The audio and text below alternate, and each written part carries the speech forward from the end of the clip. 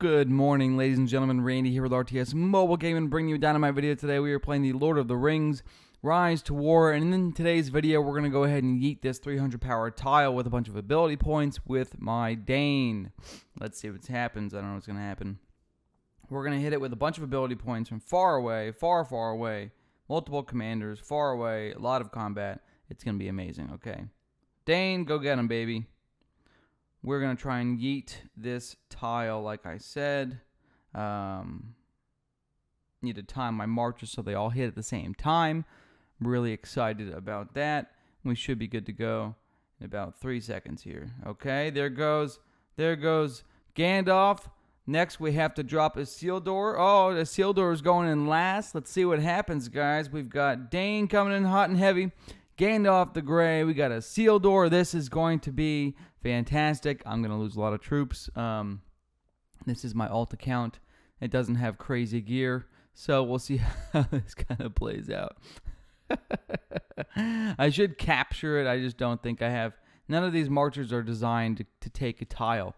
They're designed to force some painful draws. So that'll be what we experience right now. I don't know if I'm going to capture or not. Oh my goodness. Oh, I captured it. Thank you so much. Okay, so let's take a look at these reports real quick because YOLO, baby. So this Dane is this is my favorite build on Dane. All right, I'm not running the full R3 tree with all in, although all in can be very strong for Dane. What I've done is I've dropped down and I've actually maxed out Ironfoot, which deals pretty substantial damage itself over the course of the fight, and it allows for a really nice damage nuke in round 1 because it has a rush ability. Okay, so that's super duper nice. Then I've got the R3 tree, right? Whirlwind is pretty good, and then the R5 tree again to get early damage in the first couple rounds of the fight. This R5 tree does fantastic damage, and it allows me to unlock, right, the Dwarven Grit. Okay, gear-wise, it's all my gear is basically just as much HP as I can get.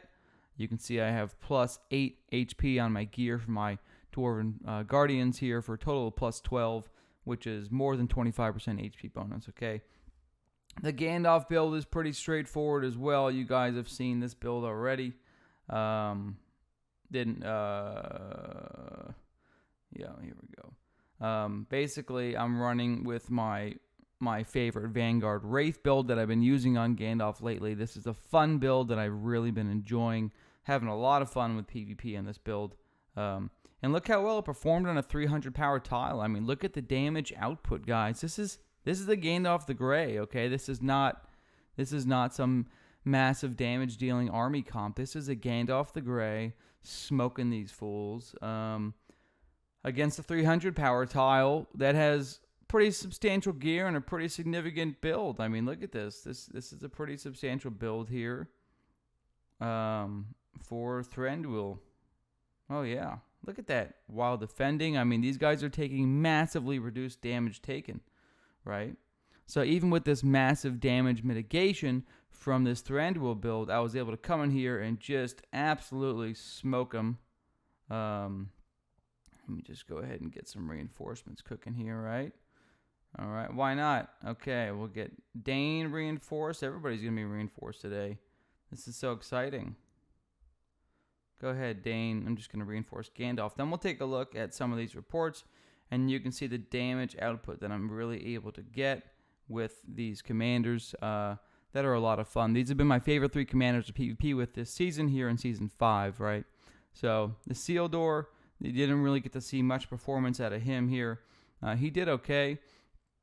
He definitely came in hot and heavy and smoked this guy like nobody's business with those Dunedains against double ranged. I can only imagine. Let's just take a look at round. Let's jump to round 2 with max damage bonuses just so you can see what the damage looks like here in round 2 against an enemy that has that 40% damage mitigation, right? Almost. All right. The Dunedains hitting the Marsh Wardens for 17,500, guys. That's pretty good. That's pretty good.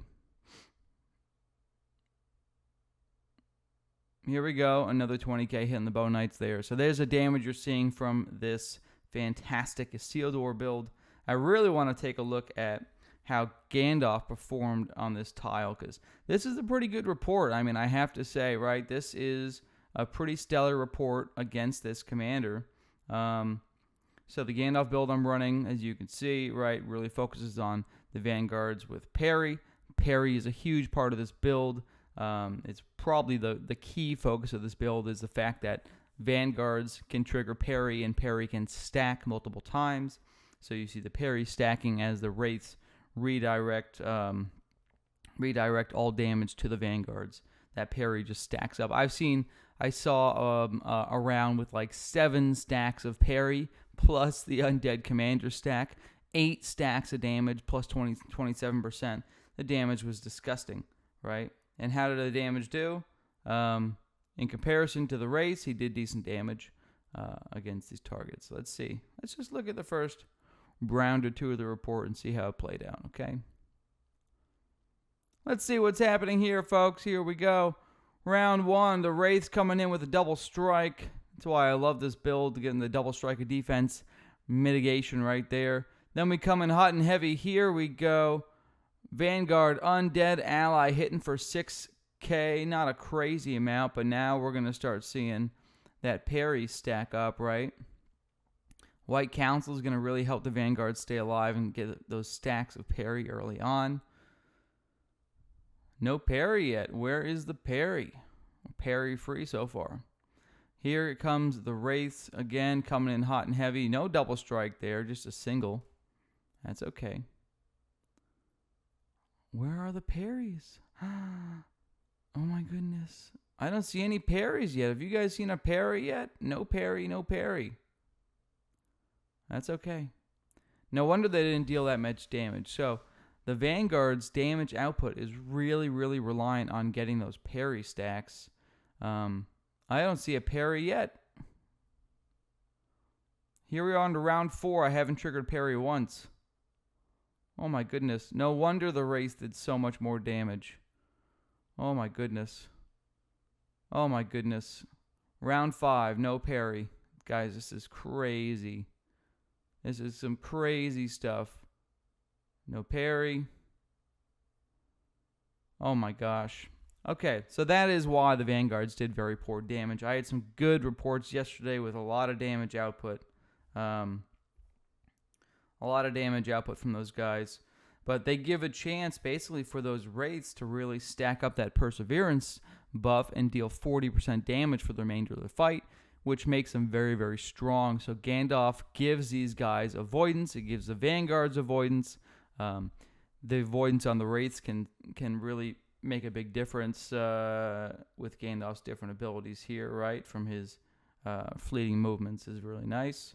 And then we have, what else do we have here? Let's take a look at the Dane. Let's take a look at how this Dane did. 277,000 damage, guys. That is fantastic. Okay, that is fantastic. Again, that is with a Dane that has, 3-star gear here. Fairly reasonable gear. I'm going to the gym in a minute. Fairly reasonable gear on this Dane. Let's see how that actually performed in the first couple rounds. I want to tell you why I like this build so much better than getting the all-in build. All-in's great, but you don't see the damage return on that until round 4, whereas your damage return from this particular Dane build comes in rounds 1 and 2. Check this out. All right. Dane, here we go. Even with Guard of the Towers triggering a 20% damage reduction, the Dwarven Grit from that R5 tree is coming in hot and heavy. Ironfoot. Boom, baby. This is the top R0 tree. Really a substantial skill. It also has it also causes stun. So the fact that this Guard of the Towers immune to stun is great. I'm going to go ahead and fear him with Hysteria. Keep on going down. Round 2, you're going to see the top R5 tree go next from Dane's top R5 tree. Look at this. Here we go. Dwarven Grit still active. Boom, guys. 20,000 damage right there. Boost my unit's defense. Really powerful. Really, really powerful. So already in the first 2 rounds of the fight, I've done, what, 43,000 damage? I mean, that's pretty slick without talking about auto attacks, right? The auto attack for 3K, whatever.